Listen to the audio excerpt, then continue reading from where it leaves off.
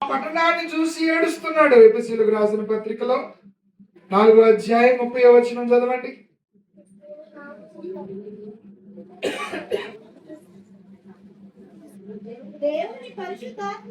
దేవుని పరిశుద్ధాత్మను దుఃఖపరచుకుడి, విమోచన దినం వరకు ఆయన యందు మీరు ముద్రింపబడి ఉన్నారు. అందరూ చేద్దాం. నేను పరిశుద్ధాత్మని ద్వారా ముద్రించబడ్డాను కనుక నేను పరిశుద్ధాత్మని దుఃఖపరచను.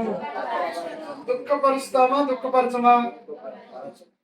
దుఃఖపరచకుడి అనే మాటకు అర్థం ఏంటి? మనం చేయగలమది. హల్లెలూయా. దుఃఖపరచొద్దు అని ప్రభు స్పష్టంగా చెప్తున్నాడు. పరిశుద్ధ ఆత్మను దుఃఖపరచొద్దు. ఎఫెసీయులకు రాసిన పత్రికలో గత వారం నేను చదివించిన మాట గుర్తుందా? చాలాసేపు ఆ వచనాన్ని వెతికాం. ఎఫెసీ పత్రిక 1వ అధ్యాయం 14వ వచనం. Very good. చూడమ్మా, 13-14. 1వ అధ్యాయం 13-14. మీరు సత్యవాక్యమును అనగా రక్షణ సువార్తని విని క్రీస్తునందు విశ్వాసం ఉంచి వాగ్దానము చేయబడిన ఆత్మ చేత ముద్రించబడ్డారు. Praise lord. హల్లెలూయా, హల్లెలూయా, హల్లెలూయా. ఒక బాబు ఇట్రండి, ఒక్కరు ఇట్రండి, ఇక్కడికి వస్తారు. ఎత్తుకుండే వాళ్ళు రైట్, ఒకరు రండి, స్పీడ్ రైట్. మీరు ఆ వచనాన్ని బాగా చదవండి. మీరు సత్యవాక్యమును అనగా రక్షణ వార్తను విని విశ్వాసం ఉంచి వాగ్దానము చేయబడిన ఆత్మ చేత. ఇటు చూస్తారా? ఇప్పుడు ఈయన వాక్యాన్ని విన్నాడు, యేసయ్యలో విశ్వాసం ఉంచాడు.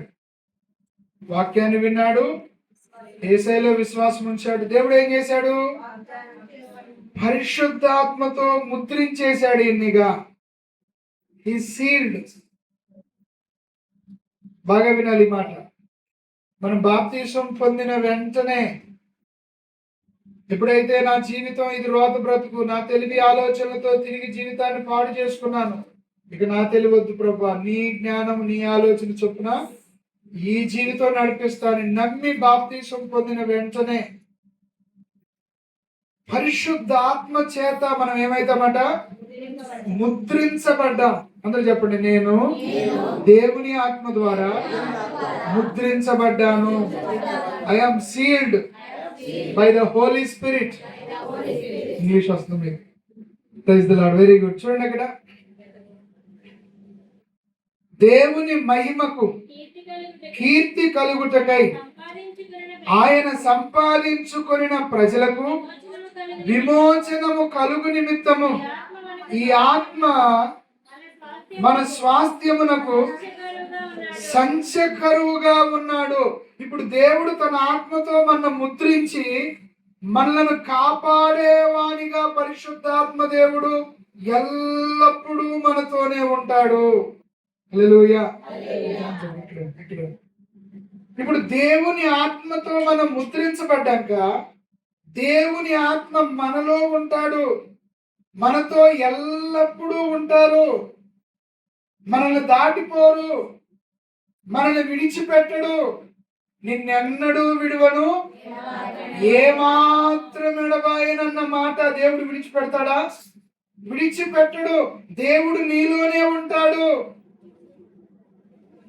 బాగా అర్థం చేసుకోండి. క్రైస్తవ బోధలో ఇప్పటి వరకు వినని సంగతి నేను మీతో చెప్తున్నా.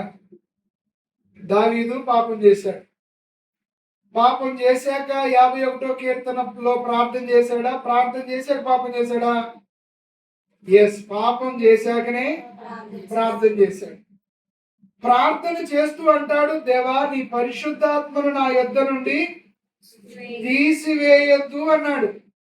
నా ప్రశ్న, పాపం చేసిన తరువాత అతను ప్రార్థన చేస్తున్నాడు కదా, పాపం చేసేటప్పుడు అతనిలో పరిశుద్ధాత్ముడు ఉన్నాడా?